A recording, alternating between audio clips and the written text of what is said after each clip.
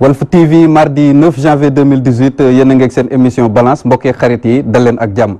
tey jii nag ñu fas yéene defal leen li nga xamante ni moom mooy rétrospective umpale wu leen ni année 2017 bi jeex na dugg nañ ci année 2018 bi waral kon tey jii ñu war a def taxaw seetlu ci mbooleem dossiers yi nga xamante ni moom moo jàll ci côté justice mbokkee xarit yi li ñu leen fas yéene indil tey du lenn lu dul 2017 bi ñu génn xew-xew yu mag yi nga xam ne am na ci secteur de la justice ñu indil leen ko benn par benn jàngatal leen ko du ñu yem mbokk yi ci fàttali leen li nga xamante ni xewoon na fi ci atum 2017 dinañu def projection waaye tamit dinañu def li nga xamante ni moom mooy perspective maanaam dossier boo xamante ni jàlloon na tribunal ci at bi rek fa nga xamante ni dossier bi foofu la toll tribunal dinañ leen wax tolluwaay bi waaye tamit li nga xamante ni moom la ñu mën a xaar ci atum 2018 bu bees bi nga xam ne moom la ñu dëgmal tam dinañ ci ñëw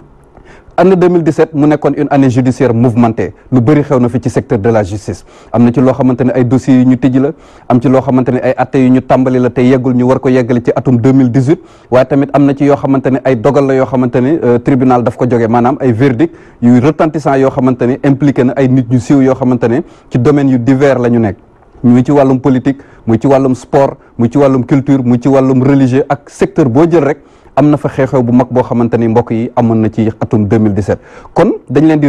indilaat li nga xamante ni moom mooy dossier yi xewoon 2017 waaye tamit tolluwaay bi tribunal dossier bi jamono yi ñu toll nii fan la toll tribunal ña ca bokk lan mooy seen mujjanteel loolu mbokk yi moom la ñu fas yéene leeral ci seen émission balance bi nga xamante ne moom la ñu jagleel tey lépp loo xamante ne aju na ci wàllum rétro justice 2017 ngir tàmbali waxtaan bi mbokk yi dañuy daal di ànd ak Issa Tine bu Walf FM mu defal ñu benn récit boo xamante ne daf ñu tënkal defal ñu résumé mboolem dossiers yi nga xamante ne jaaroon na fi ci atum 2017 lu ko dalee janvier ba décembre 2018 dossier bu fi mënti jaar ak dogal bu fi mënti jaar ak xew-xew bu mënti woon xew dans le secteur de la justice rek mu tënkal ñu ko ci ay simili yu néew rek su ko defee kon ñu ànd ak réseau xool élément bu njëkk boobu laata ñuy dellusiwaat ngirum faram-fàccee.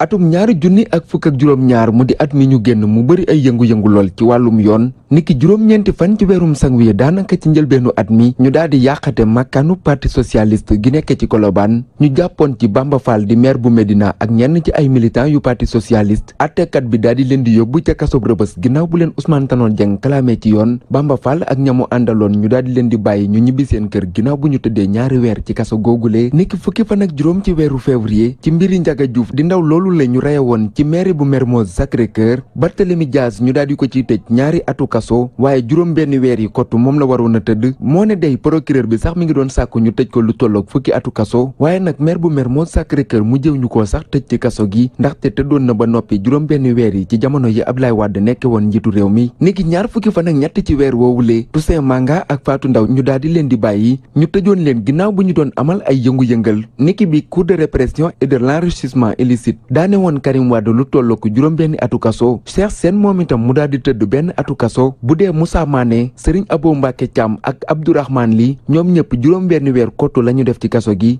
juróomi fan ginnaaw loolu lee mu di ñaar fukki fan ak juróom-ñett ci weeru février ñu daal di jàpp Mansour Diop ñu gën koo xam ci Thialé moom sax mi ngi rëcce woon ca kasob Rëbës moom Thialé moomu le ñi ngi koy tuumaal ci ay ñaawteef yu bari bokk na ci ay agression ba ci sax ay braquage benn fan ci weer wi ci topp mu di weeru mars ñu daal di jàpp ay groupe defkatu ñaawteef di leen taqal ci faatug étudiant marocain bi di Mazine Chakiri ñu jàppale sax yeneeni defkatu ñaawteef yoo xam ne ñi ngi leen di tuumaal ci dajji gu ñu dajji woon station Touba Oil ba nekkee ca Thiès ak ay agence Wari yu nekkee ci Jëppal ak Castor juróom-ñaari fan ci weeru mars ñu daal di jàpp Khalifa Ababacar Sall di maire bu Ndakaaru ak juróom-ñaar ci yu muy liggéeyandool ca mairie boobule ñu di leen tuumaal wàllum njuuj njaaj ci caisse d'avance bu mairie bu Ndakaaru ñoom juróom-ñaar yooyu la sax moo di Mbaye Touré Fatou Traoré Ibrahima Yatma Diaw Amadou Makhtar Diop Yaya Bodian Mamadou Oumar Bokum ak Ibrahima Touré niki ñaar fukki fan ci weer wi ci topp mu di weerum avril ñu daal di sulliwaat mbiri Thione Seck waaye bi la yoon nag dañoo ñëwoon ne dañuy tijji malet ba nga xam ne moo def phobie yooyu le mbetteel gu rëy nag la ci takk der yi àndal ndaxte waa gendarmerie dañ doon xamle ne lu tollook ñeent fukk ak juróomi milliards moo ca nekkee bi ñu ko tijjee ay musuwaar kott la ñu fekk ca biir malet boobule moom Thione Seck sax bi mu jàkkaarloog attekat bi mer ba futu la def ci ay kàddoom mu ciy xamle ne ay doxandeem ñoo ma nax daal di jël samay koppar boole ceeg di amal ay ñaawteef di ko jëmale ci man ngeen gis loolu yépp terewul nag ngeen di ma topp man lii sax daanaka mënumaa xam lan moo ko wundu lu tolloog ñeent fukki at a ngi nii ma yëngutu ci wàllum musique ci samay way yeete naa ci bataay yi boole ceeg di jéem a yaraale ndaw ñi kon nag lii ñëpp a xam ne du lu ma mérité mu di ay kàddu yoo xam ne Thione Seck moo ko yëkkati bi mu doon jàkkaarloog àttekat bi ki fukki fan ak juróom-ñett ci weer wi ci topp ki fi nekkoon jëwriñ ju njëkk di Abdoul Mbaye ñu daal di koy bàyyi ginnaaw nag bu mu amee woon ay jafe-jafe ci wàllum yoon ak ki fi nekkoon soxnaam di Aminata Diack moom Aminata Diack moomu la sax li mu doon toppee Abdoul Mbaye bokk na ci ne dafa soppi seen certificat de mariage ba nga xam ne da cee signé woon ne benn jabar lay am mu daal di koy soppi ñu defal ko ci ne mën naa am ba jabar yu bari ku fi nekkoon soxnaam sax mu doon sàkku ngir mu fay ko lu tollook 200 millions ci sunuy koppar waaye nag ca mujjantal ga Abdou Mbaye la ñu jox dëgg ci kaw Aminata Diack moomule weerum soin itam ñu nemmeeku ci ay jàpp yu bari bokk na ci Ouley Mané Penda Ba ak Ami Collé Dieng di waykat bi ñoom ñëpp nag ñu jàpp leen ci weer woowulee ginnaaw bu ñu doon yëkkati ay kàddu yu ñaawteef di ko jaaralee ci réseaux sociaux yi waaye nag ay bés yu néew kottu la ñu def ci kasob camp pénal gu Liberté 6 ñu daldi leen di bàyyi ñu ñibbi laataa sax ñu di leen àtte niki ñaar fukki fan ci weerum soin woowule ba léegi pencum ndawu réew ma ñu daal di fay wote sartu yu yees yoo xam ne mooy ëmb méccum tasum xibaar mu nekk nag xeex bu rëy boo xam ne mbootaay gi ëmb kuréel yi nekk ci wàllum tasum xibaar ñoo ko doon amal weerum sulet moom itam daal di ñëw jël wàllam ci coow yi bokk na ci sax niki baccalauréat biñ ci doon amal ci weer woowule coow yi ne xuus ñu nemmeeku ci ay càcc ak i njuuj njaaj ñu di ko wax wàllum fraude ñu woowoon ci sax ci kanam àttekat bi lu tollook ñeent fukki nit ak ñaar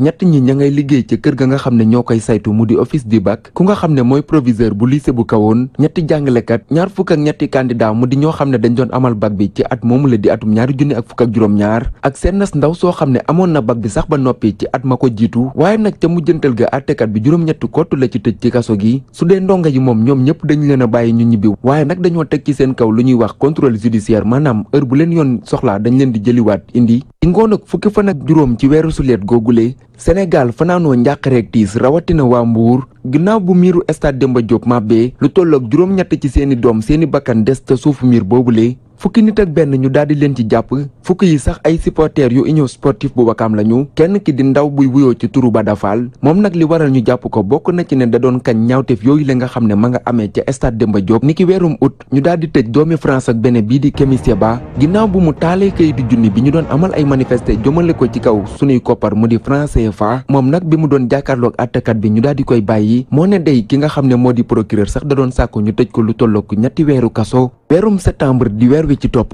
ñu daal di tëj ñu doon wattu kaaraangewu Cheikh Amar ñoom sax bokk na ci ñaari mbir yu nga xam ne moom lañ leen di toppee benn bi moo ñeel seen diggante ak Serigne Diagne di njiital Dakaractu ba ca des jëmale ko seen diggante ak ay takk der mu di ay policier niki ñetti fan ci weerum octobre daanaka mu di njël benn weer wi ci topp ca pencum ndawu réew ma ñu daal di fay wote sartu yu yees yoo xam ne mi ngi jëm ci wàllum terrorisme sartu yooyu la sax bokk na ci ay daan yoo xam ne mi ngi ko teg mu nekk ci diggante juróom ba ci fukki atu kaso waaye itam daan yi daanaka mën na dem sax ba ci ñu tëj ki nga xam ne moom lañ koy tuumaal giirug dundam ci kaso gi ki fukki fan ak ñeent ci weer woowule ba léegi ñu daal di bàyyi imaam Ibrahima Sëy mu ñibbi këram moom sax ñi ngi ko doon toppee wàllum terrorisme daal di koy tëj ñaari atu kaso fukki fan kott ginnaaw bàyyi imaam Ibrahima Sëy mu di ñaar fukki fan ak ñeent ci weerum octobre cour d'appel bu Saint-Louis daal di génnéb atteem jëmale ko ci mbiri Luc Nicolaï moom mi fi doon tëgg wàllum làmb ñu daal di koy daan lu tollook juróomi atu kaso boole ceek mu war a fay lu tollook ñetti téeméeri million Bertrand Tulli di njiital hôtel bii di Lamantin Beach moom Luc Nicolaï sax ñu daal di mujjee teg ci kawam lu ñuy wax ab mandat d'arrêt maanaam fépp fu ñu ko gis rek dinañ ko ngëpp daal di yóbbu kaso waaye nag ba léegi kenn jàppagu ko loolu la waral sax ñu bari di laajte kan mooy yiir promoteuru làmb bi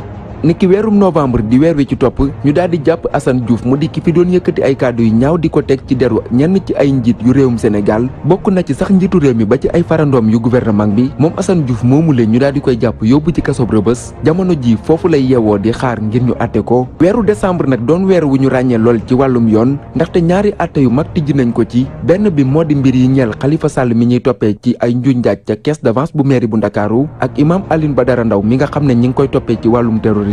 ñetti lañ bët itam procureur daal di ko ciy tijji boo xam ne ma nga ñàkk bakkanam ca l'hôpital bu Pikine Fatou Elimane Touré ca commissariat spécial bu port ginnaaw bu ñu ko fa jàppe woon jàppam négandiku maanaam garde à vue ak itam lakk ga nga xam ne daanaka moo jeexaloon parc bu Lambaye nekkee ca Pikine bu ñu génnee réew mi itam ay doomi Sénégal jamono ji ñu nekk ci guddi gu bët setagul ginnaaw bu ñu leen di tuumal ci wàllum yoon bokk na ci Lamine Diack Mbayang Diop ma nga xam ne ña ngi ko tëj ca Arabie Saoudite Cheikh Tidiane Gadio ma nga xam ne ña ngi ko jàppoon ca foofule ca États-Unis ak kii di Alkali Cissé wàllum terrorisme paludisme itam ñu nemmeeku ko bu baax ci at mi ndaxte jàpp nañ ci lu tollook juróom fukki nit ñoo xam ne ñi ngi leen tëj ci kaso gi bokk na ci ay jigéen ay ndaw ba ci sax ay doxandéem yu nekkee ci réewum Sénégal ñu daal di leen di tëj ci ñeenti kaso mu di kasob Cap Manuel kasob Thiès kasob camp pénal bu Liberté 6 dañ fay denc jigéen ñi kaso ga nga xam ne fa la ñuy tëj ñi amagul fukki at ak juróom-ñett ñu di ko wax prison des mineurs bu Hann ñoom sax seeni at daanaka mi ngi nekk ci diggante fukk ak juróom-ñett jàpp fanweer niki at mi ñu génn mu di atum 2000 ak fukk ak juróom-ñaar ñu nemmeeku ci ay ñaawteef yu bari yoo xam ne ñi ngi ko amal ci réseaux sociaux yi ñu jàppoon ci lu tollook juróom benn fukk ak ñetti nit ci diggante weerum janvier jàpp weeru décembre bokkoon na ci kii di Tiko tatoueur Yaay Satakoba Nadège ak Liliane bokkoon na ci itam Mamadou Sarr ak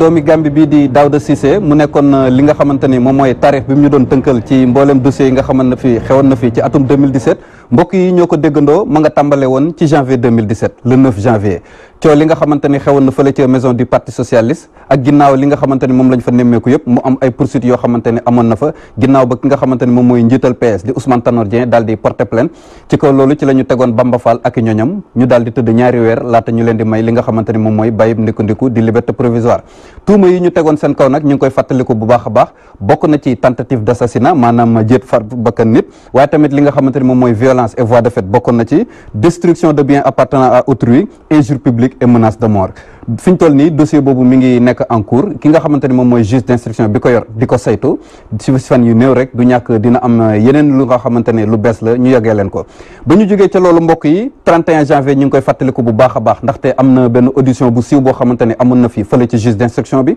Baye Modou Fall ñu gën ko xam ci Boy Djiné te mu nekk fële ca prison bu camp pénal déglu woon nañ ko ci mbooleem tuuma yooyu nga xamante ne moom la ñu teg ci kawam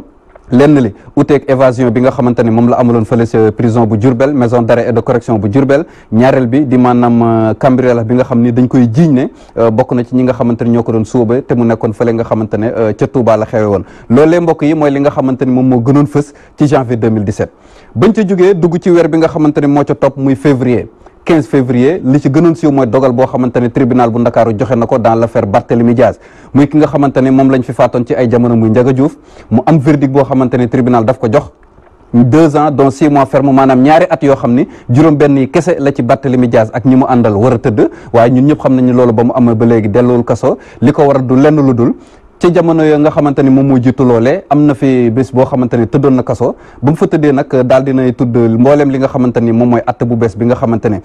attekat bi jox na ko su ko defee kon loolu mooy li nga xamante ne mooy leeral bi ñuy indi ci ñuy laaj lan moo tax Barthélémy Dias bi ñu tegee ci kawam peine ferme delluwul fa li nga xamante ni moom mooy prison mu mel ni kon ne loolu bi mu amee am na appel boo xamante ne parquet def na ko ndaxte kontaanul ci atte boobu nga xamante ne joxe nañ ko kon dossier bi war na yegg si waat ci cour d'appel ci jamono yi di ñëw du ñàkk ci atum 2018 dinañ ci waxaat leneen ak leneen balaa ñu cee jàll mbokk yi dañuy àndaat ak régie ñu xoolaat bu baax a baax jàngat li nga xamante ne moom mooy affaire Ndiaga Diouf bi impliqué woon Barthélémy Dias ak ñeneen ak jeneen naka la demee woon ci ay jamono.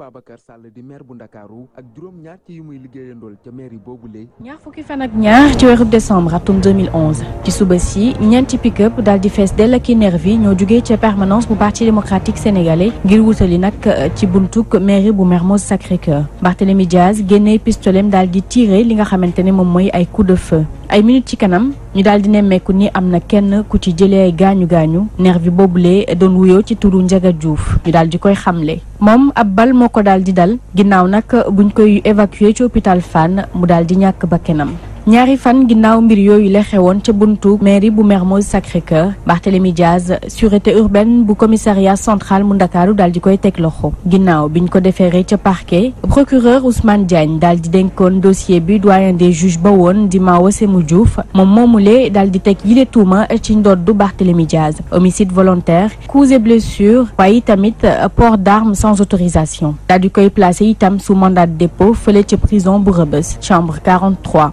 Barthélémy Diaz weetu ci woon ndax àndoon na ca kaso boobule ak kenn ci garde corps am doon wuyoo ci turu Habib Dieng. benn ayubis dox ginnaaw nag arrestation Barthélémy Diaz ñi nga xam ne ñooñu la ñu tuddee ay complices am ñu daal di leen di teg loxo. juróom benn fan ci weerub janvier atum 2012 gendarmerie daal di teg loxo ci ñaari garde du corps bu président Abdoulaye Wade mu di Baye Moussé Ba ñu gën ko xam ci turu Bro waaye tamit Sémou Niankrat Diouf bokk na ci ñeneen ñu tegoon loxo yi tamit ñaar ci ay nervi Bokar Sy ak Cheikh Diop section de recherche bu gendarmerie daal leen di yóbbu itam fële ca kaso bu Rebeuss ñooñu leen ñu mujjee lim nag yoon mujj woon na leen teggi loxo daal di leen placé itam ci contrôle judiciaire ci bis boobule Babacar Faye kenn ci garde du corps Barthélémy Diaz ñu daal di koy teg loxo fële ca Fimela nekk ca région bu Fatick foofee la làkkatuti woon waaye nag gendarmerie bu nekkee foofule ca région bu Fatick ca Fimela ñoo ko gis daal di koy transféré fii ci Ndakaaru mu wutali moom itam yoonu Rebeuss ci altine ji maire Mermoz Sacré-Cœur nekk ca kaso ba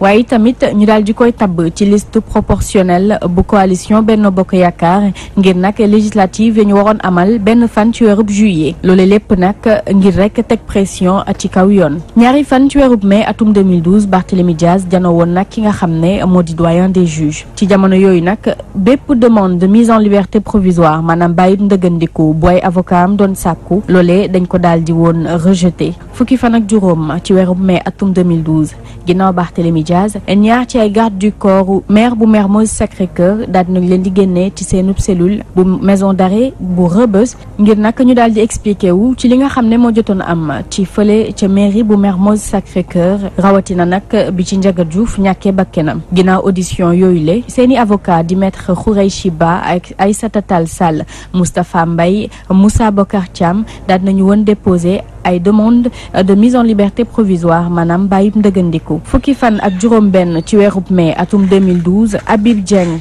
ak Babacar Faye nekk ñaari garde du corps yu Barthélémy Diaz ñu njortoon ni dañoo àndoon ak moom ci faatuk Ndiaga Diouf waaye itam Bokar Sy ak Cheikh Diop ñaar ci ay nervi yu ñu arrêté woon ginnaaw nag attaque bi ñu defoon ci mairie bu Mermoz Sacré-Cœur daal nañ leen woon génne waaye tamit ki nga xam ne moo di Bokar Sy ak Cheikh Diop ni ñaari nervi yu ñu tegoon loxo ginnaaw attaque bi ñu defoon ca mairie bu Mermoz Sacré-Cœur doonoon nañ leen libéré li mujjoon nag ñaar fukki fan ak ñaar ci weeru mai atum 2012 Barthélémy Diaz daal nay am li nga xam ne moom moo di liberté provisoire.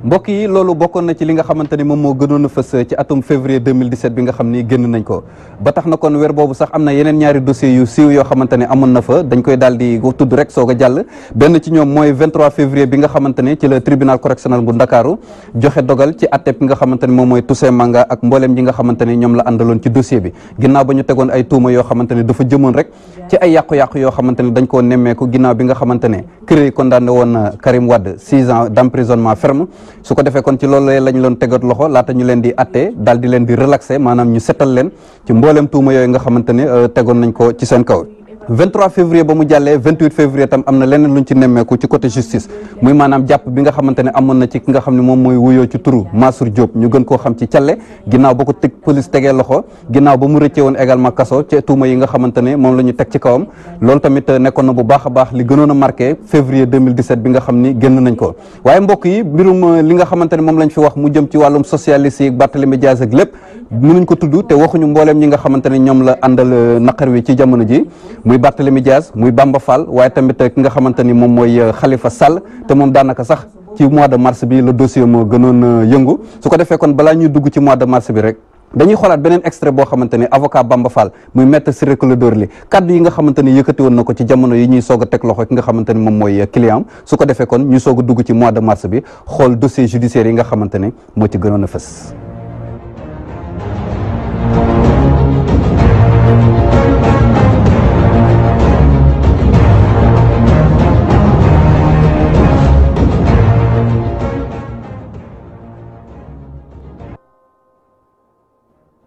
ñañ war a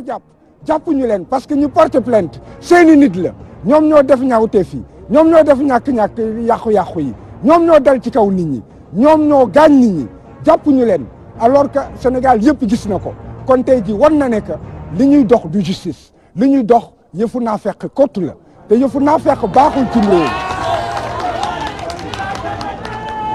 baaxul cim réew toog nañu lu mot juróom-ñeenti waxtu depuis ci suba ñu ngi toog lu mot ñaar fukki avocat ku ci nekk ñu ci bëri def nañu lu mot fanweeri at ak juróom wala fanweeri at ak juróom benn ñoo mok fop juge bi ñun ñoo ko ëpp expérience ñun ñoo gën a xam ni mbir mi di demee lu fekkee ne jàng na ñun la ñu jàng boole nañ ci suñu expérience wax nañu li ñu war a wax wan nañ ko ne ci yoon wan nañ ne ko ci pratique wan nañ ne ko ci doxalin wax nañ ne ko dans un état démocratique et dans un état de droit tey jii dara autorisé wu ko mu jàpp les responsables yi nga xam ne que dañ leen fi indi wan nañ ne ko loi bi joxu ko obligation que mu placer leen wan nañ ko ne ku mel ni le maire de Médina ku mel ni les directeurs de cabinet ku mel ni que les chefs de cabinet ay personnalités yoo xam ne que tey jii ñoom ñooy signé kayit yi nit ñu feebar ñi ñoom ñooy bind seen kayit pour que ñu faj leen te du ñu fay troisième âge ñoom ñooy signé seen i kayit pour que ñu jox leen du ñu fay ordonnance yi wala bu ñu demee hôpital ñu mën leen faj te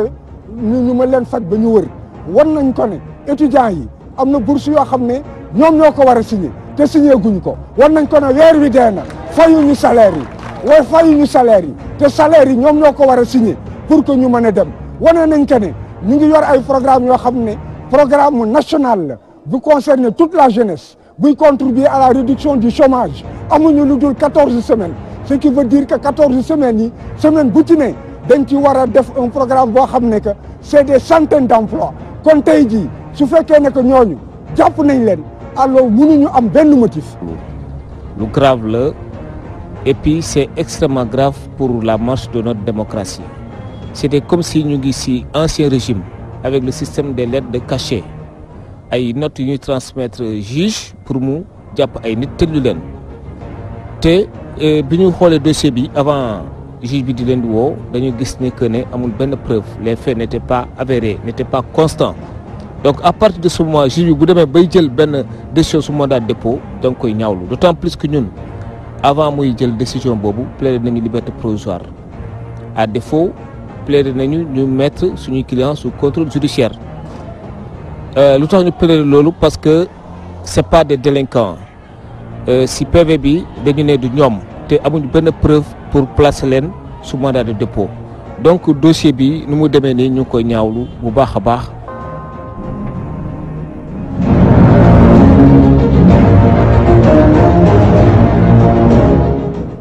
7 mars 2017 ci la ñu jàppoon ki nga xam ne moom mooy maire bu Ndakaaru di Khalifa Sall waaye tamit wéetu ci benn yoon ndaxte am na ñeneen ay jegeñaaleem ñoo xamante ne ñoom la doon liggéeyal ñoo xam ne ci la ñu bokk ñu ci mel ni ñoom Mbaye Touré ñu ci mel ni Fatou Traoré ak tamit mbooleem yeneen ñi nga xamante ne ci lañ bokk mu mel ni kon atte bi war na dellusiwaat 23 janvier bi nga xamante ne moom la ñu dëgmal mooy en tout cas date bi nga xamante ne juge bi moom la jàpp ngir maanaam les différentes parties prenantes au procès war a teewaat fële ci tribunal bu Ndakaaru ngir ñu saytu li nga xamante ne moom mooy fait yooyu nga xamante ne IGE muy inspection générale d'État relevé woon na ko fële ca mairie bu Ndakaaru muy détournement de deniers publics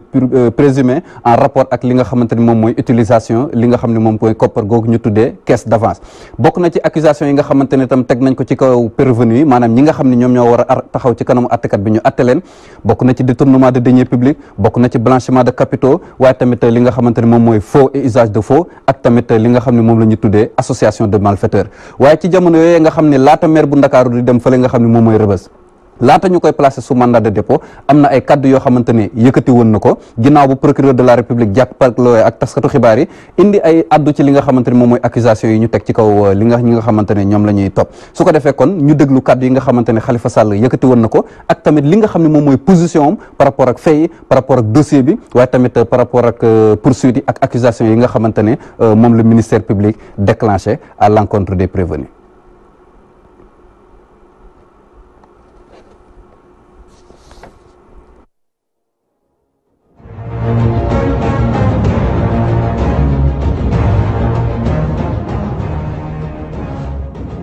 teewaayu sëriñ bi dafay wane rek ni moom dafay jàppale dëgg day jàppale njabootam day jàppale nitam mais surtout dafa nangu dëgg te dëgg googu moo tax mu teew fi tey may wax ne lii nga xam ni moo ñu fi tax jóg li nga xam ni moo tax maire yi adjoint maire yi leader politique ñëw bokk waxtaanu dëgg la parce que xam ngeen ni démb ci guddi nekkuma woon Dakar maa ngi woon ci région yi ci la sama benn avocat yëgal ma ni dinañu dem suba wuy ji convocation wu juge d'instruction ñépp xam nañ ni procureur bi moo wax ne procureur bi moo def point de presse vendredi wax ne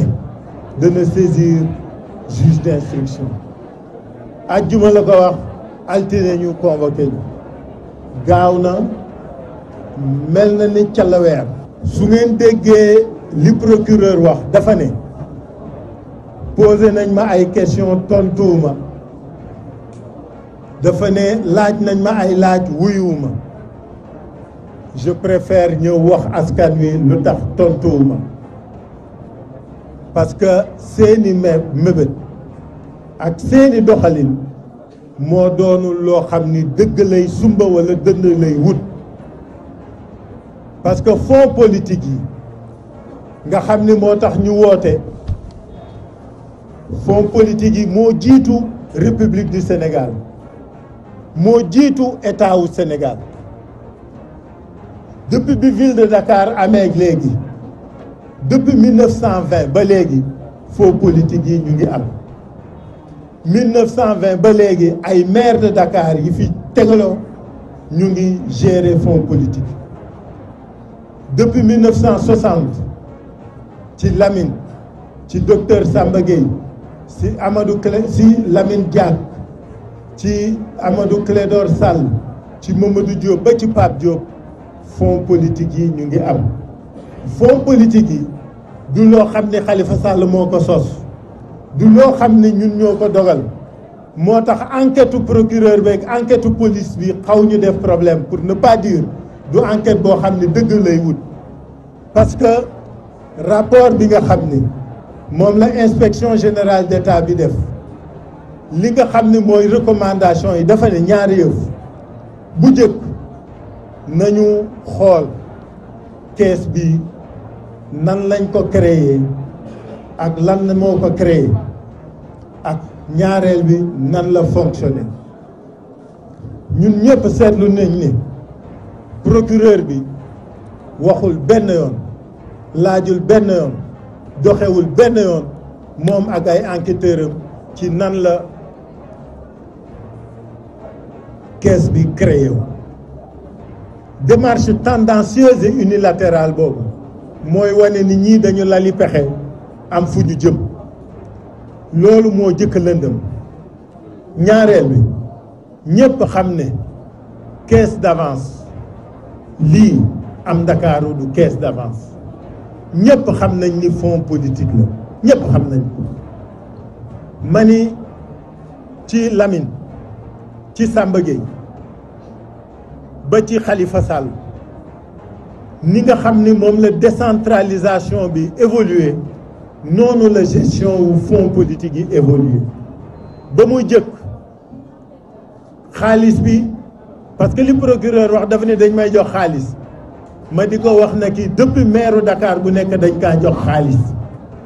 xaalis bi bu njëkk administrateur de la commune mooy jël xaalis bi jox ko maire bi su ko joxee maire bi dépensé ko pour li nga xam ne moo tax kees gi fonctionné wu su paree xam nga kan lay rendre compte président de la république lay rendre compte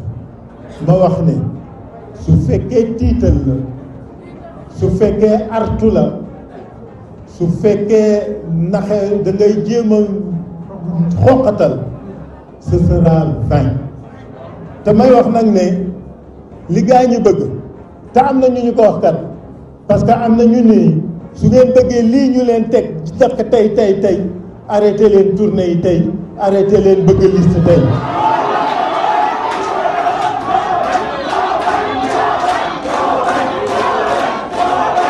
loolu la ñu wax te ñi ñu ko wax ak ñu may dégg ma ne ñi ñu ko wax ak ñu may dégg dañ ne suñu bëggee yëf ci taxaw tey ne lépp taxaw tey mais li ñu xamul mooy ñun ay doomi gor lañu mais surtout ay jullit lañu am na lu ñuy rusal lu ñuy jox ce combat est un combat de principe c'est un combat de valeur réew mi ñu nekk réewu démocratie la ku nekk am nga droit dem seeti population yi ñun li ñu wax lu simple la ñun bi ñuy dugg ci politique bokkuñu ci ñuy toppe aka ñuy fàtte seen bopp aka la ngaamu mais kooku daañ ko wax tey daañ ko wax ëllëg lu mu ñu jaral nag ñu jël ñëpp.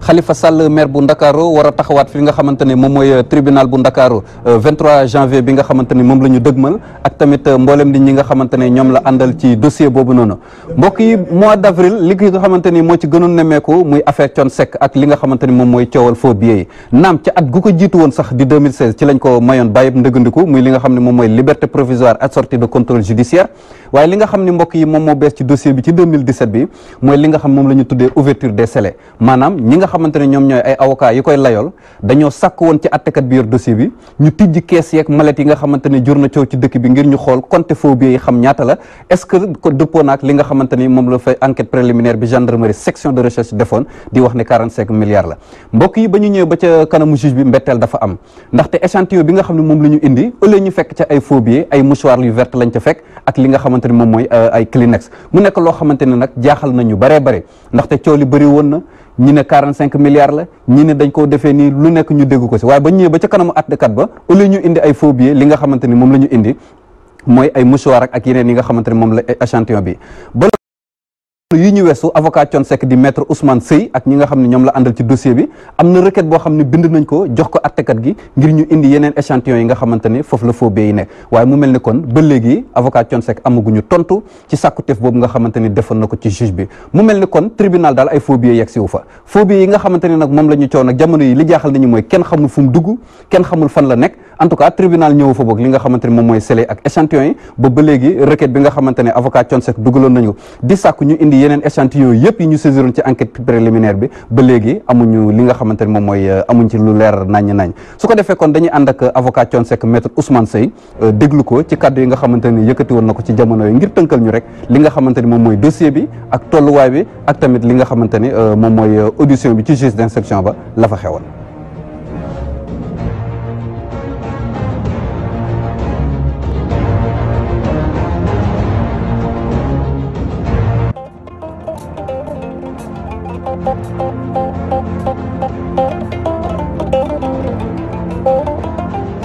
maa ngi rappelé ne yow yaay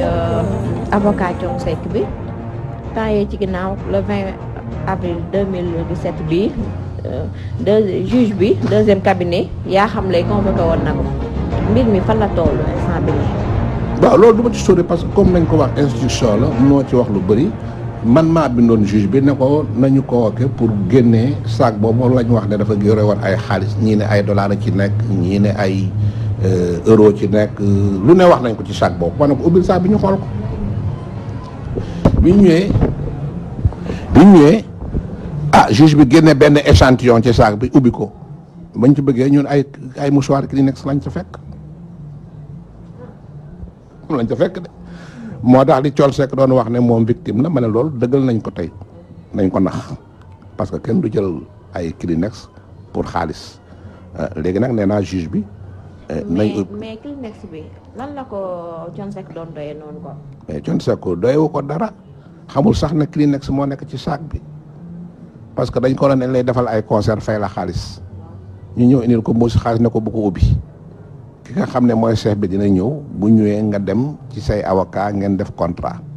avant kooku ñëw ci la gendarmerie ñëw daal di ubbi jël sac bi yóbbu ubbi daal di ne ay faux billets la noonu la demee.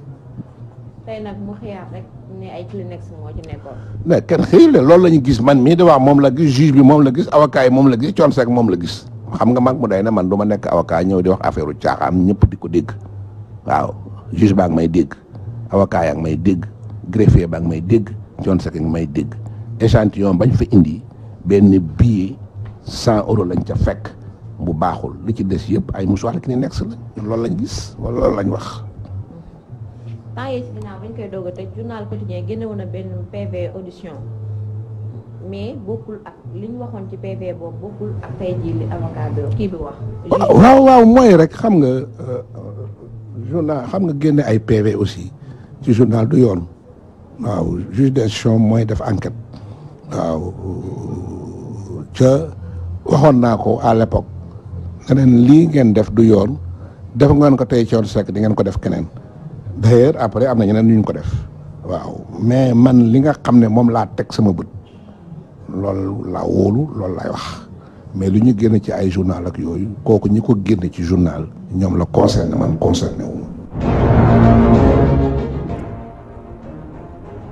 mbokk yi loolu lay ma nga xewoon ca 20 avril 2017 bañ ci tegee ñetti fan nag ci la ñu célébrer li nga xamante ni moom mooy anniversaire affaire Madinatu Salaam affaire Madinatu Salaam buñ ko waxee suñu xel day dem ci faat gi nga xam ne moom lañ fi faatoon ci atum 2012 Bara Sow ak Ababacar Diagne fële ca kër Samba Lawbe ca région fële nga xam ne moom mooy région bu Thiès département bu Mbour loolee nag li nga xamante ni moom moo ci noonu lañ ci nemmeeku woon 23 avril bi ñu weesu mooy ñi nga xamante ni ñoom la ci yoon teg loxo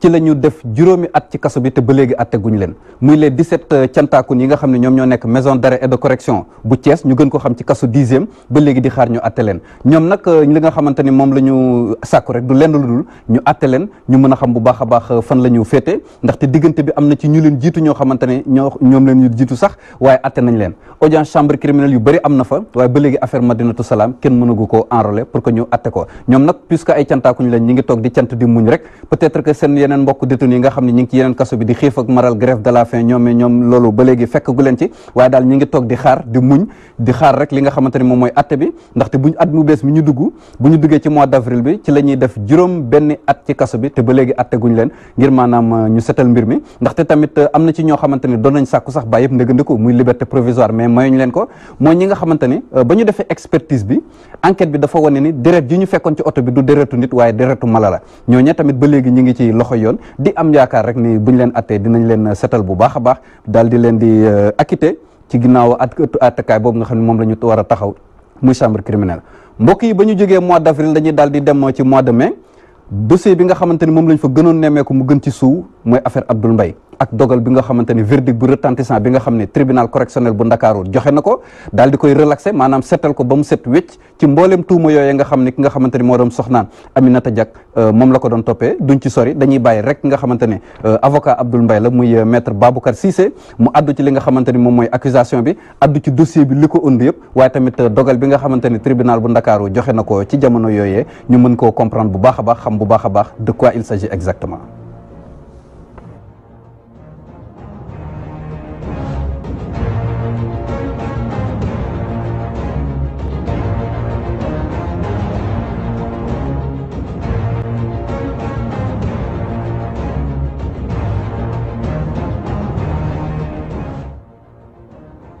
yow yaay seule émission boo xamante ne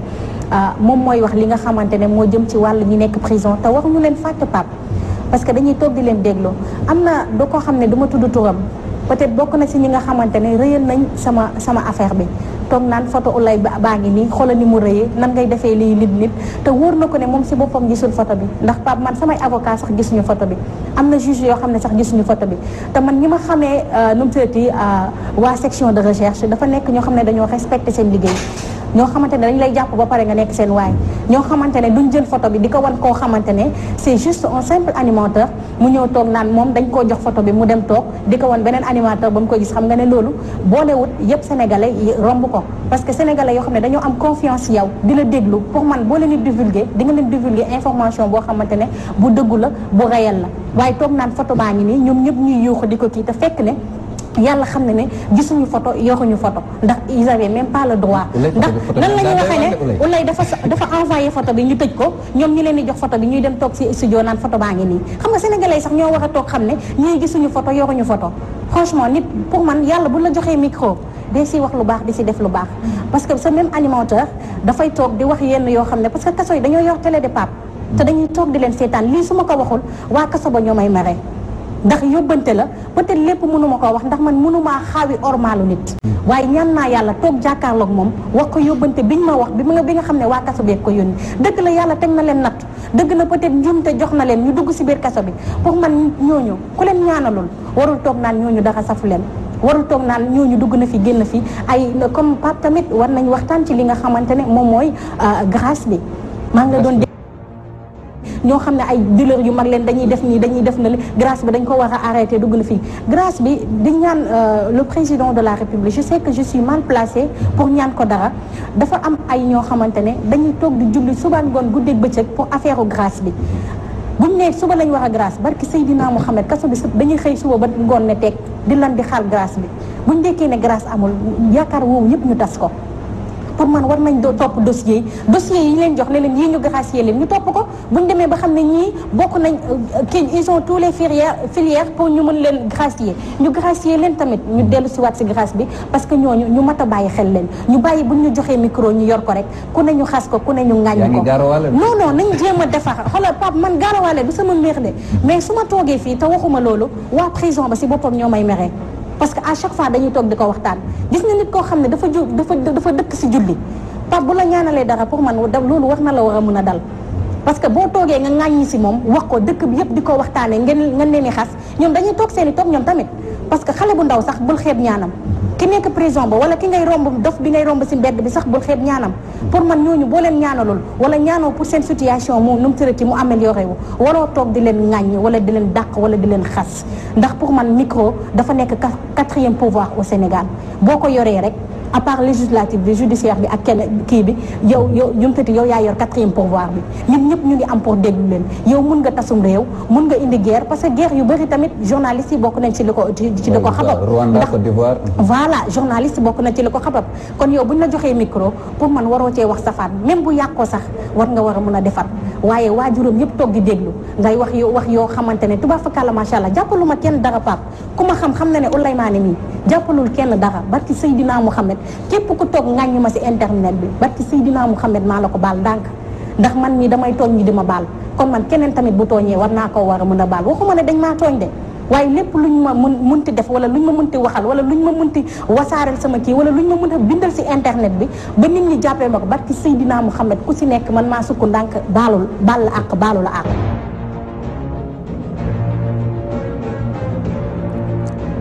vous l'aurez certainement compris mbokk yi élément bi nga xamante ne moom moo aju woon ci Abdoul Mbaye dafa amoon quelques soucis techniques waaye du ñàkk balaa jotaay bi di jeex suñu techniciens yi dinañ ko saytu bu baax a baax ngir ñu mën ko xoolaat kon na élément bi ngeen seetaan léegi yaakaar naa ne kooku mooy journaliste boobu di Ouleymaane xammee ngeen ko bu baax a baax moom nag loolee kaddu yooyu nga xam ne yëkkati na ko mi ngi yemoo binnaaw bi ñu ko libéré mu defoon ñaari weeru kaso fële nga xamante ne moom mooy maison d'arrêt pour femme bu Liberté 6 ginnaaw tuuma yi nga xamante ne tegoon nañ ko ci kaw muy offense au chef de l'État ak yeneen yi nga xamante ne moom moo ci toppoon ci fàttaliku rek ñi ngi fàttaliku vidéo boobu nga xam ne dafa impliqué le président de la République Macky Sall bi mu partagé woon ci WhatsApp ci anam boo xamante ne tegginewul loolee mooy li nga xam ne moom moo ko juraloon jàpp boobu ñu ko jàppoon yóbbu ko fële nga xamante ne moom mooy kasob jigéen ñi nekk fële ci Liberté 6 waaye mu mel ni kon wéttu ci woon benn yoon ndaxte ci même période boobu ci la ñu nemmeekoo yeneen arrestation dans le cadre li nga xam ne moom la spécialiste tuddee dérive sur les réseaux sociaux ñu jàppoon ci Ami Collé Dieng ginnaaw bu mu partagé benn élément audio WhatsApp boo xamante ne njiitu réew mi daf cee xaw a gis boppam waaye tamit ñu nemmee ko ci kam ki nga xam ne moom mooy Penda Ba muy militant APR boobu nga xam ne moom moo fi saaga woon wala fi ci ay jamono laata muy dugg kaso quelques minutes rek laa di daal di génnaat su ko defee comme ñetti libération yooyu mu nekkoon loo xamante ne lépp rek day addu ci ak cadre réseaux sociaux ak dérive yi nga xam ne moom la ñu nemmee ko atum 2017 ce qui fait que janvier ba décembre 2017 au total 68 arrestations li nga xam ne moom la ñu opéré sur tout le territoire national par rapport ak li nga xam ne moom mooy cybercriminalité ak yenn jalgati yi nga xamante ne mbokk yi dañu koo nemmeekoo ci réseaux sociaux yi loolu yëpp nag mi ngi xewoon ci diggante période boobu nga xam ne moom la ñu déterminé léegi waaye tamit li nga xamante ni moom mooy code de la presse amoon na ci wàll ci période boobu noonu ndaxte ci la ko pencum ndaw réew mi daal di voté muy désormais les nouvelles dispositions qui vont désormais régir le secteur des médias code de la presse bi nga xam ni voté nañ ko ba jamono yi ñu toll nii ñi ngi xaarandi ñaari mbir benn bi mooy promulgation par le chef de l'État ñaari bi tamit mooy les 13 décrets d'application bi nga xamante ni ñoom la ñu xaar pour que entrée en vigueur bi nekk loo xamante ne lu mën a effectif lay doon ginnaaw bi ñu ko publier fële nga xamante ne moom mooy journal officiel mbokk yi ba ñu jógee ci loolu daal di dugg mois de juin génn mois de juin dugg mois de juillet nemmee ko fa ñaari mbir bi si jiitu mooy fraude au bac bi nga xamante ne xewoon na fi au total 42 personnes la ñu incriminé ñii ñu placé leen sous contrôle judiciaire ñii ñu placé leen sous mandat de dépôt mboorum dossier boobu nag li nga xam ne moo ci bees mooy semaine bii ñu génn mbooleem ñi nga xamante ne ñoom lañ ci doon topp déglu nañ leen juge d'instruction bi déglu na leen pour tijji leen yoon bi nga xam ne moo leen di jëmale ci bàyyib ndëgandiko liberté provisoire nga xam ne mooy mbaayib ndëgandiko dogal Sénégal pratique judiciaire bi dafa wane ni tant que juge d'instruction bi déglu la sur le fond mënuñ la accorder liberté provisoire loolu mooy en tout cas position bi nga xam ne juge d'instruction ñi ngi koy avancer même bu fekkente ne yenn ci avocats yi sax ñoom d'accord ñu ak ñoom ci li nga xamante ni moom mooy position boobu mais en tout état de cause fraude au bac ak mboolem ñi nga xamante ne ñoom lañ ci jàpp déglu nañ leen au fond fi ñu toll nii nag yoon tijjil na leen yoonu bàyyib ndëgandiko su ko defee kon seen avocat am nañu possibilité introduire ay demande de liberté provisoire pour que ñu may leen bàyyib ndëgandiko laata enquête bi di continuer di wéy loolee nga xamante ni xew na fa tamit ci mois de juin am na beneen xew-xew bu mag a mag a mag boo xam ne topp na ci fële ci stade Demba Diop 15 juillet 2017 juróom-ñetti nit yoo xamante ni dañu bàyyi ko woon wuur ñàkk ci seen bakkan ginnaaw bu miiru tribune découverte daal di waddee ci anam yoo xamante ni wax dëgg yàlla ñu ngi koy naqarlu bu baax a baax di ko fàttaliku bu baax a baax kaddu yu bëri juboon ci di situer responsabilité yi ci côté ñi nga xamante ne ñoom ñooy camp adverse bi waaye tamit ci autorité yi nga xamante ne ñoom ñooy les instances dirigeantes du football sénégalais waaye tamit li nga xamante moom lañ ci nemmeeku mooy guddi ñu toll nii fukki nit ak benn yoon teg na leen loxo fukk yi ay supporters lañu yoo xamante ni bu iso wakaam lañu benn nit bu muy badafal bi nga xamante ni moom la procureur doon jiiñ apologie du crime maanaam di kañ li nga xamante ni moom mooy ñaawteef yooyu nga xam ne xewoon na fële ca stade Demba Diop 15 juillet 2017 su ko defee kon fukki nit ak benn yooyee ñoom ñëpp tamit ñi ngi ci loxoy yoon l'instruction suit son cours du ñàkk ci fan yii di ñëw dina am leneen lu si bees loo xamante ne dinañ leen ko mën a dëgmal ngeen mën koo xam bu baax a baax su ko defee kon lokk yi loolu tamit bokk na ci leneen lu ci fësoon waaye tamit beneen dossier boo xamante ne ñëwoon na ci atum 2017 mu troublé woon fortement l'ordre public coow li bëri ci woon te lool bii nag dañuy génn Ndakaaru daal di dem fële nga xam ne moom mooy Diourbel affaire Serigne Assane Mbacké ak li nga xamante ni xewoon na ci yëpp ñu ànd ak régie xool élément boobu noonu laata ñuy dellusiwaat fii ci plateau Balance.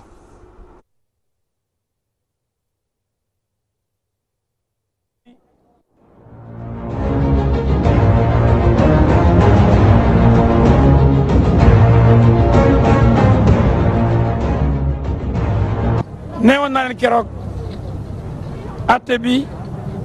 dina jàll le 17 te le 17 da ngeen xam ne Assane Mbacké deful dara wax naan ko fi Serigne Assane deful dara loolu la wax keroog dañ koo sosal jàpp ko may yëgal ñaar affaire yu am ci dossier bi bu njëkk bi mooy jàpp Assane tooñ yoon la ndax yoon moo ni képp ku bokk ci élection campagne bi bu démarré ba ñu joxe résultat yi définitif kenn amul droit topp la jàpp la téye la Serigne Assane jàpp nañ ko téye ko garde à vue yóbbu ko prison kon jaay nañ ko doole tooñ nañ ko tooñ boo xam ni ki ko def ku de yoon topp na la yow sa bopp beneen bi mooy ki ñëwoon sosal ko yàq dërëm naan fekk de Serigne Assane di yàq bi mu ñëwee nee na gisoon na ko rek waaye gisul mu yàq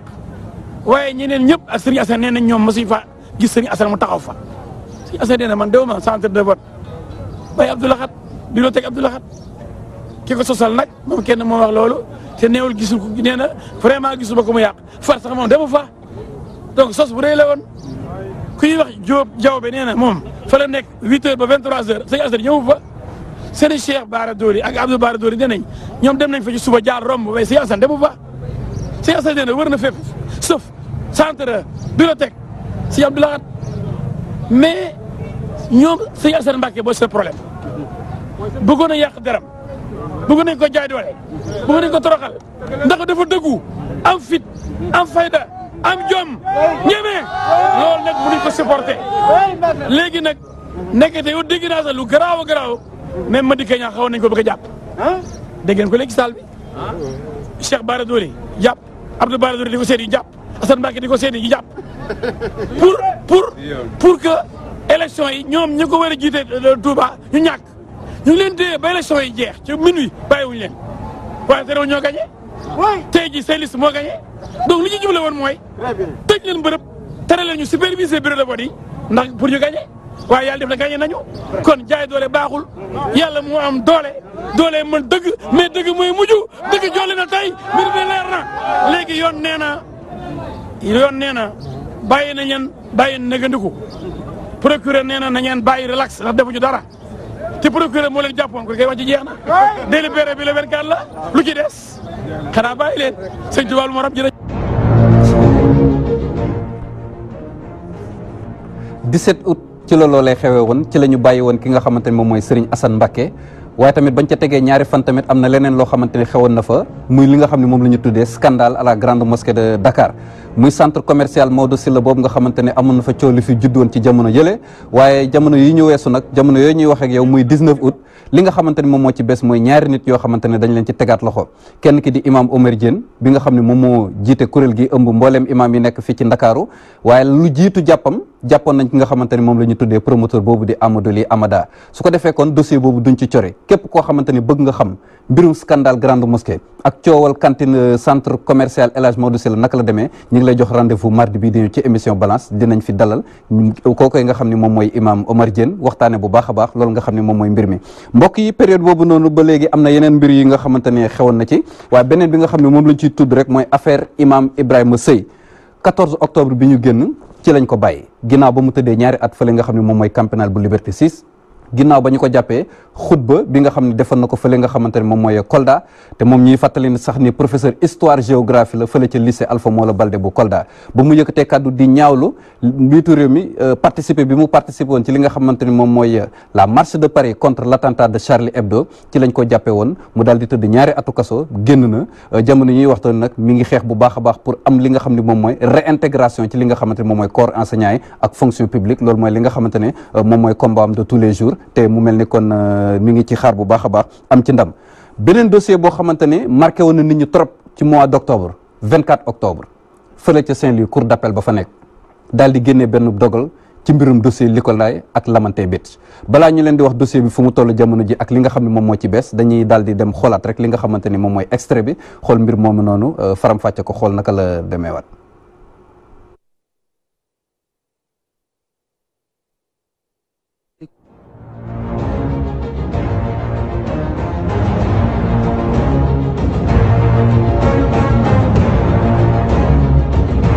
mbër la ñu xamee woon jël waaye tey promoteur moo daanu ca cour d'appel bu Saint-Louis la ndogal gi jógee talaata gii ñaar fukki fan ak ñeent ci weeru octobre 2017 juróomi appui astaghfirullah juróom-ñaari ati kaso ak benn bu mu dul tëdd la yoon teg ci ndodd kii ñu tuddee le promoteur des grands événements di Luc Nicolaï teg ci ñetti téeméeri millions ci suñu koppar ngir ndàmpaay gi mu war a jébbal Bertrand Tulli rax ci dolli ci ñenn si suñu taskatu xibaar yi ab mandat d'arrêt mi ngi ci kawam li ñu koy toppee di wàllum drogue ak njublang ci fàttali jamonoy septembre 2012 la ñu tegoon loxo goro borom sosaat ca maison d'arrêt bu Thiès laataa ñu leen di indi moo ki ñoñam fii ci Ndakaaru tribunal correctionnel atte juróom-ñaari ati kaso te ñu war cee tëdd ñaar ak juróomi téeméeri millions yi dommage ak intérêt Luc Nicolaï def appel ba 2013 cour suprême weddi daanu juróom-ñaari at yooyu jébbal dossier bi cour d'appel bu Saint-Louis bii dóor tey mu daanu borom Balla Gaye 2 Gris Bordeaux li gën a dugal promoteur bu xees bii di seede yu jógee ci jugement fukki fan ak benn ci weeru octobre bii ruusee ci lu ñu dippee affaire de drogue du Lamantin Beach te ancien commandant sous brigade bu douane Mbour Abdou Khadre Kébé ak ñoñom yi yoon teg loxo fësal ne Luc Nicolaï moo leen jox puce bi ñu doon communiqué ak wax leen fan la cinébar ba nekkoon ca bureau borom Lamantin Beach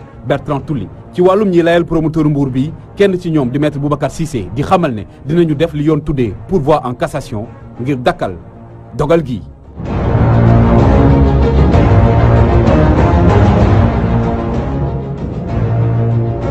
affaire Luc Nicolaï affaire Lamantin Beach ak nuñ ko mënti tuddee marqué woon na bu baax a baax ñi nga xam ñoo ñooy observateurs yi octobre bi nga xamante ne moom la ñu génn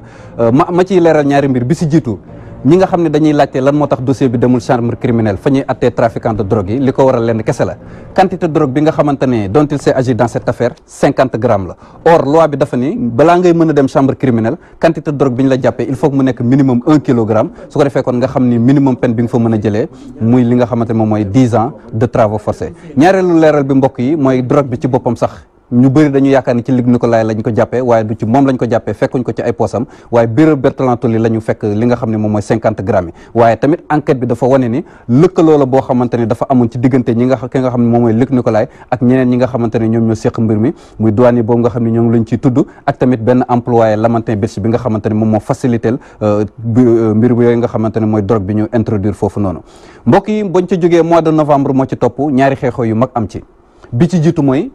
19 novembre fu ñu ko waxeeti rek xel yi day dem ci Fatoumata Mokhtar Ndiaye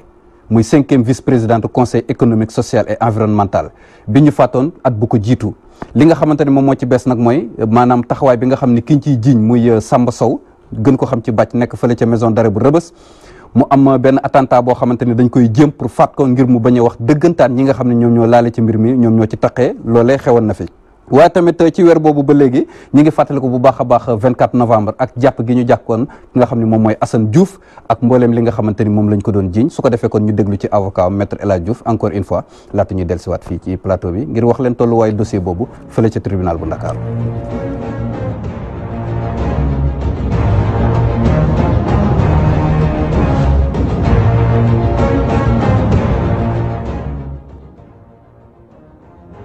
saaga yi Assane Diouf commencé wu ko Ahmed Suzanne Camara saaga na man tey ci biir assemblée en plein public ak beneen jigéen ak ñeneen ak ñeneen temps wu Adama Barrow lu nekk lañu ma saaga ndey saaga ma bàyyi nekk ma lu nekk Moustapha Cissé Lo mi ñu mooy 3e vice-président assemblée président parlement CEDEAO saaga na ma sosal ma comme naan kër sangara ba su ma naan sangara xamu nu mel kon nañ bàyyi Assane Diouf lii mobilisé lan loo Assane Diouf def li Moustapha Cissé Lo def la def li Ahmed Suzanne Camara def El Hadj Diouf la def taxaw assemblée El Hadj Diouf dinaa tegal sa ndey ñëpp di ko dégg Moustapha Cissé di dégg ordonné arrestation kii saaga député bi assemblée ti doo député saaga yi yaa gën a gaay saaga yi doo préparé moo këpp seen kaw léegi parce que lu mu def dañu terroriste la gars yi dañoo dëgg waaye bàyyi leen ndaw dul dëgg bàyyi leen sos ak naafeq parce que fu mu nekkee terroriste daa bokk Boko Haram daa bokk ak Sardine daa bokk état islamique daa bokk ci taliban ah waaye xam nga dëgg nag saaga dëgg métti na waaye man li ma ci neex mooy damay daan saaga ñëpp di ree bu poto peut-être ku ne yaa xam ki ba ñu intéressé daal mooy Assane héros national et international terroriste bi wax Amérique nga ne ko du terroriste FBI yéen ne ko ci seet nañ ko di du terroriste bu ngeen amee seen affaire bopp yéen leen la waaye amutoon ay këyit xëy na jublu koo indi waaye du terroriste FBI mooy traité terrorisme mais du service immigration Sénégal ba jël Interpol ba yëpp jaxase naan terrorisme te waru ñëw rus maa ngi fi de man mii dañ maa saaga ba ma tooy boo tax ma mën a defaan nag ku ñu da ngaa saaga nit mais bu ne cëpp ci réew mi est-ce que waaw man dama ko tudd man Suzanne Camara Cissé Lo beneen jigéen bu mu tudd turam ak ay ñoo xam ne nañ dafa faraloo Adama Barrow di ma saaga suba ngoon audio vidéo pour El Hadj moom ma fi indi tey aéroport ànd ak moom ba këram ma la fi ko yóbbu rek yéen ak ñan la wala yow kese la man de maa taxaw ak ku bëgg a ñëw sama ginnaaw ànd ak ma ñëw na wala ñëwul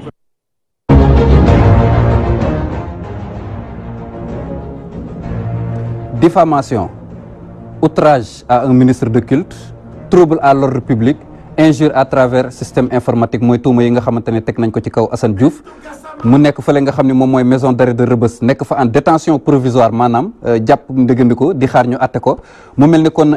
l'instruction est en cours maanaam dossier bi enquête yeeg yooyu yëpp ñu ngi koy yeggali su ko defee kon ci fan yi di ñëw rek dina yëngu ndaxte ñi ngi waajal audition sur le fond bi ngir mën koo déglu ci accusation yooyu nga xamante ne ñu ngi koy teg ci kawam buñ ko dégloo nag ci la ay avocat am si di soog a mën a am possibilité pour ñaan li nga xam ne moom mooy bàyyib ndëgandiko moo xam liberté provisoire la moo xam contrôle judiciaire la mais en tout état de cause li nga xamante ne moom mooy enquête bi li mu wane wooy waral gi nga xam ne moom moo waral ñu jàpp ko teg ko loxo du lenn lu dul pour sàmm bakkanam ndaxte am na ay nit yoo xamante ne pare woon nañ pour faagaagal la bakkanam suñu xel sax mi ngi dem ci plainte bi nga xamante ne moom dugal na ko di topp ñenn ñi nga xamante ne ñoom lay jiiñ ne ñoo taal këram waaye loolu dinañ ci addu ci ñeen suñu yeneen jotaay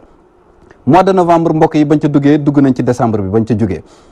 ñaari mbir yoo xamante ne yu mag la yu ñu nemmee ko biir mois de décembre bi si jiitu mooy ouverture procès Khalifa Sall maire bu Ndakaaru ak ñi mu àndal ci dossier bi laata ñu koy dàq ñaari yoon beneen bi mu war a njëkk si 23 janvier fële ca tribunal bu Ndakaaru audience spéciale waaye tamit ñaareel bi tamit mooy tàmbali bi ñu tàmbali atteb Imam Ndaw ak mboolem ñi nga xam ñoom ñooy 32 terroristes yi présumé terroristes yi nga xamante ne ñoom la ñuy toppee ci seen dossier bi di leen jiiñ lu jëm ci wàllum apologie du terrorisme menace par acte de terrorisme financement du terrorisme blanchiment de capitaux association de malfaiteurs ak mbooleem yeneen tuuma yi nga xamante ne ñoom la ñu teg seen kaw à ce jour mbokk yi lu toll ci 50 personnes ñoom la ñu arrêté di leen jiiñ wàllum terrorisme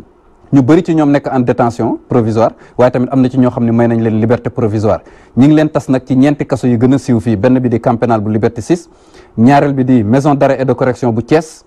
ñetteel bi di fële nga xam ne moom mooy maison d'arrêt et de correction bu Cap Manuel waaye tamit ñeenteel bi mooy fële nga xam ne mooy maison d'arrêt et de correction bu Hann ñu gën ko xam ci Forbé muy prison yi nga xamante ne fa la ñu dend ci tout tànk yi muy mineurs yi ndax umplewu leen ni ñi ñuy jiiñ wàllum terrorisme am na ci ñoo xam ne ay góor yàlla lañ naam waaye am na ci ay tout tànk am na ci tam ay jigéen am na ci ñetti soxna yoo xamante ne ñoom dañ leen topp ci mbir mi su ko defee kon ñu mën a jàpp ne Imam Ndaw ak mbooleem ñi mu àndal ci dossier bi 14 février 2018 bii ñu dëgmal ci la ñuy dellusiwaat tribunal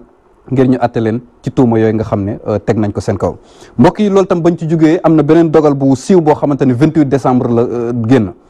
Cour suprême bi nga xamante ne regroupement des diplômés sans emploi du Sénégal ñoom ñoo fa dugaloon recours di sàkku rek ñu nee na li nga xamante moom mooy alerte ministérielle bi fi Sidiki Kaba jëloon jamono yi muy nekk jëriñ ji ñu dénk wàllub yoon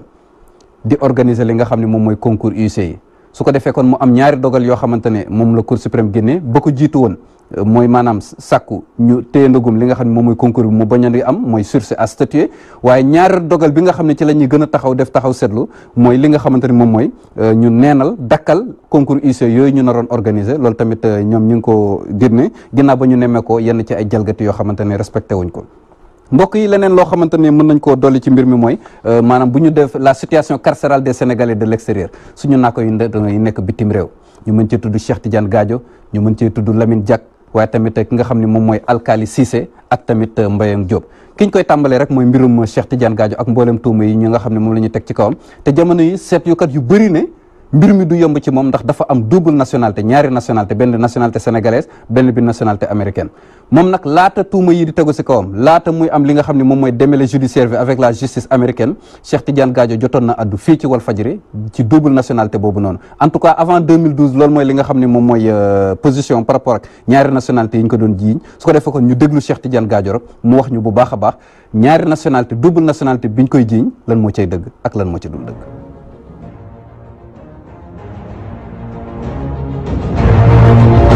waaw yaa ngi wax dem déposer ci candidature waaye am na ñu nekk ci pouvoir jàpp ni yow waroo mën a nekk candidat ndaxte da nga am ñaari nationalité ñenn ñi ne da nga yàgg États-Unis ba am nga foofu nationalité te constitution sénégalaise dafa ne boo amee ñaari nationalité mënoo nekk candidat ci élection yi yow donc est-ce que tiitoo ñu rejeter sa candidature. waaw xam nga dégg naa ne effectivement am ñoo xam ne foofu rek lañ wekk seen yaakaar parce que nag xam nga mbër mu jóg nag gars yi jàpp ne mbër mu jekk la mbër mu am kàttan la que lamb ji ñu jëm daf ciy daan c'est normal que façon pexe yëpp nu nekk ñu wut ko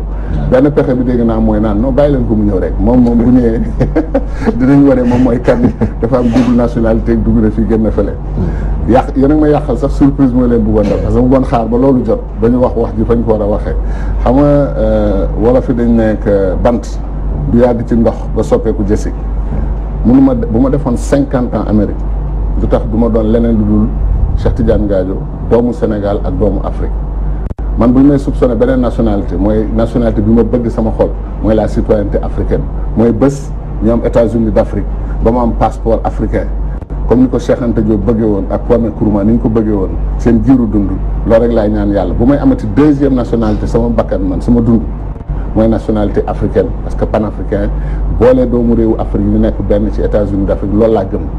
dégg nga à part loolu dama gisul réew bu nekk ci monde bu ma jaral man may renoncer sama nationalité sénégalaise wala may jël seen nationalité di ko booleeg sama nationalité sénégalaise yàgg naa sax wax ñu ma dëkkal ak samay xarit ak samay mbokk lu tax du ma ko def d'abord yàlla principe parce que nag condamné wu ma ñi nga xam ne dañ jël deuxième nationalité ils ont des raisons parfois très valables donc c'est pas ça le problème mais dama leen wax ne ëllëg te ba ma koy def yàlla rek ma ko taxoon wax xaw moo ne bés dinaa ko soxla nii daal dama yàgg wax ne ëllëg pour denc li ñu naan en France sama viabilité politique maanaam ëllëg bu dee politiquement dama bëgg def dara sama réew ma mën ko def librement parce que benn nationalité la am benn loyauté la am mooy drapeau Sénégal ak peuple sénégalais donc nationalité moom malheureusement yàqal ngeen gars yi parce que plan boobu il faut maintenant ñu firi ko wut beneen plan parce que bii moom du sotti moom.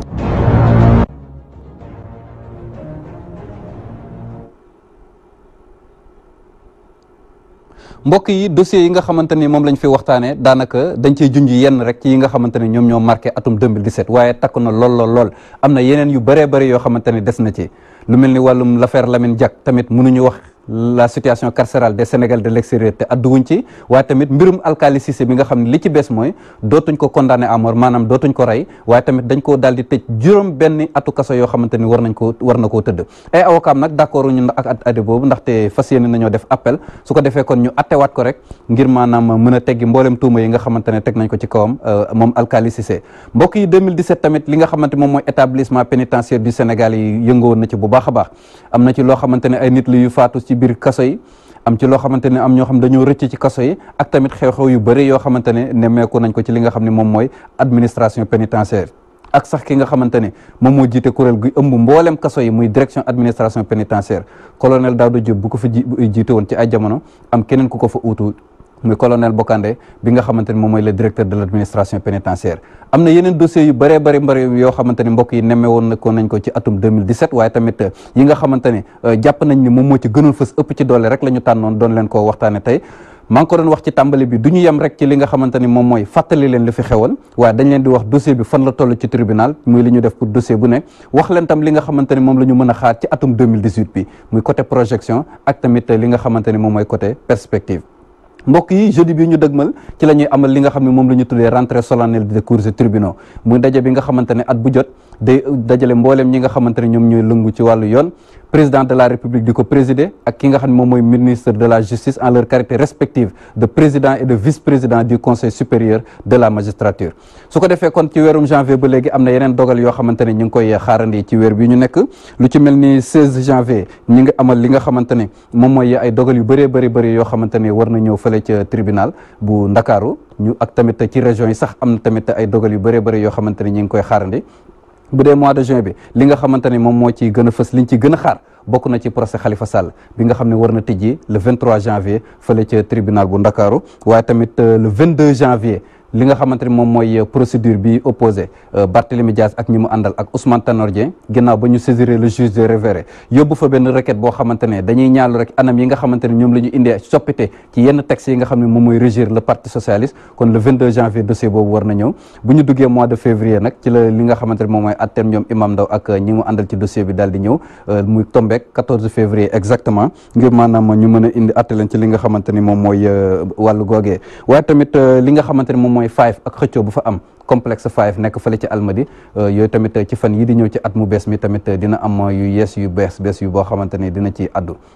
mbokk yi loolu daal la ñu jàppoon ni moom mooy dossier yi gënoon fës ci 2017 fas yeneen ko faram-fàcce di ko waxtaane di gërëm bu baax a baax toute la famille judiciaire bi nga xamante ne saa su nekk dañuy gunge di ñu accompagner ci liggéey bi bu mu ne famille judiciaire banqaas yëpp tudd naa leen jiital ci magistrature waaye tamit barreau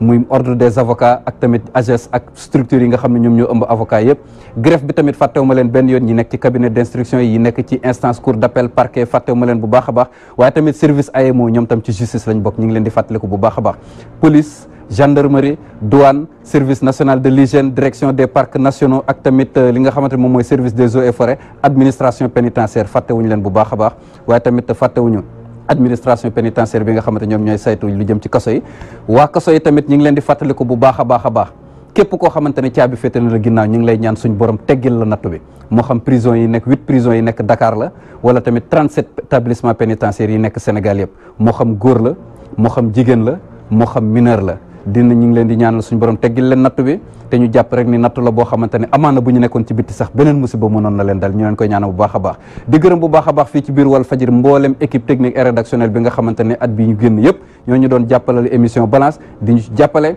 di ñu ci gunge di ñu ci xelal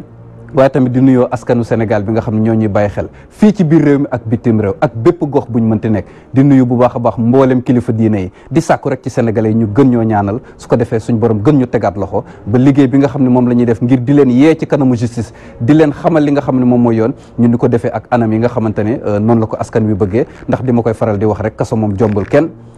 ku ñu tooñ ma nga fa ku def lu yoon di tere te xamu ko woon ma nga fa